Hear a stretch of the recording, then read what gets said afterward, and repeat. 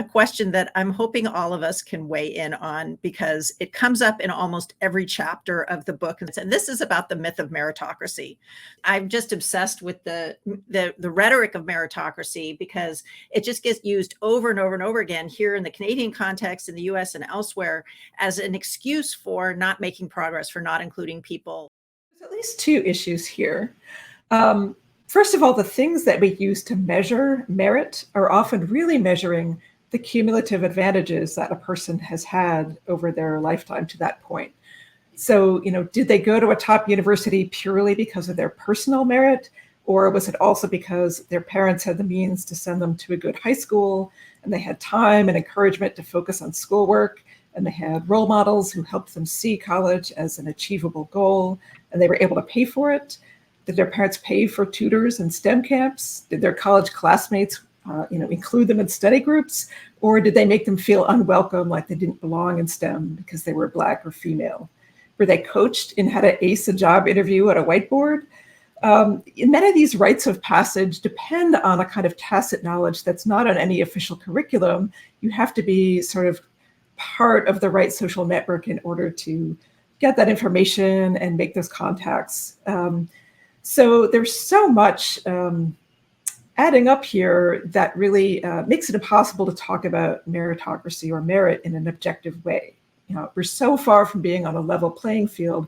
It's just not accurate to use achievement as a measure of merit, unless you know what that person had to overcome in order to have that achievement. You don't know where they started from and what they faced.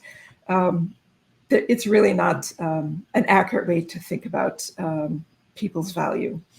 And the second problem with the myth of meritocracy, which is so prevalent in the tech industry, is that it makes people complacent. They think, well, if tech is a meritocracy, then we don't need to work on diversity because everyone who deserves to be here is already here. So it's a kind of circular argument, and it's an excuse to not do anything. Similar to what Kavita and Janet are saying, I mean, of course, there's this whole promise of leapfrogging into modernity, but the IT industry has consistently stood against reservations based on caste, in private sector employment, despite now I think decades of protests and claims by Dalits to be included in private sector employment. I mean, such reservations or affirmative action does exist in government jobs, but not in the private sector. So then the whole premise of that is precisely this meritocracy that, access to technology and providing access is really facilitating, people on the basis of their skills and the basis of their innate capabilities. So interestingly, I studied through ethnographic work these voluntary programs of the IT industry that were really came about in response to these demands for reservations based on caste. And these programs really taught low-income youth to not just have basic computer skills, but actually had hygiene textbooks about not putting oil in your hair, but having shampooed it properly, speaking English with the correct accent. But what they really taught were, short customer service phrases in English and having the right appearance and the right look that facilitated a particular kind of employment that was really working in a coffee shop or in a mall or as a data entry operator. So again, you sort of see the contradictions here, in the promise. I think an easy way to say it across all the chapters is that meritocracy is a device that allows us to paper over the stories that history tells us. Right? And so we've all given you elaborate social and political stories. As Janet said, how does somebody get to the table? We want to know that history. As Sreela said, how does the incredibly complex 2,000-year history of caste come into something that bills itself as modern, the computer industry, right? To understand those stories, we have to read history, we have to read across languages, across geographies. That is seen as too difficult because we've sold computational efficiency as something we strive for by doing away with the messiness of storytelling. by making things into axioms, rules, formulas, things that can be automated, right?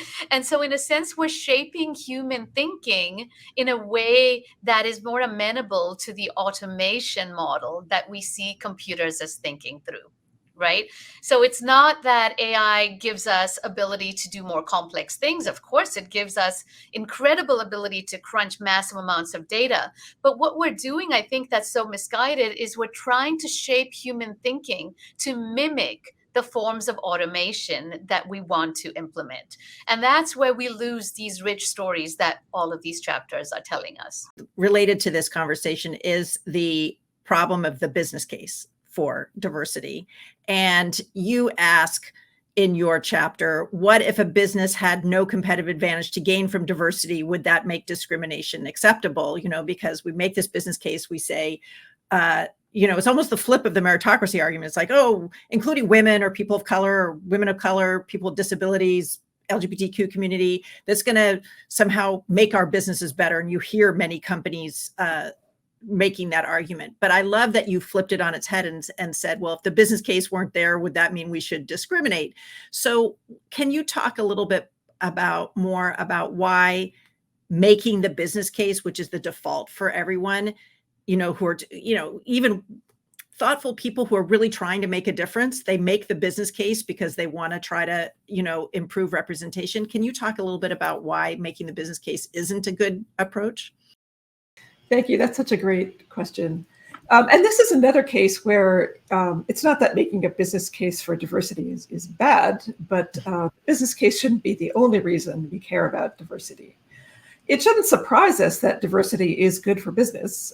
Why wouldn't a business benefit by increasing its talent pool, introducing new ideas, having employees who understand the wants and needs of their diverse customer base? So there is a strong business case to be made, and that's one reason people make it. But as I say in the book, if increasing profits is the only motive for diversity, then we're saying exclusion is acceptable as long as it doesn't affect the bottom line. That's the sort of unspoken corollary there. The reason it's so tempting to focus on the business case is because we think people will be more persuaded by self-interest than by morality. It's like we become afraid to say the word justice. Right. But that's what this is really about. So sure, make the business case. It's true, it might bring more people on board, but let's not back off from demanding equity and justice. And I think the business case, again, is often sort of a substitute for really having the courage to say, we demand something better.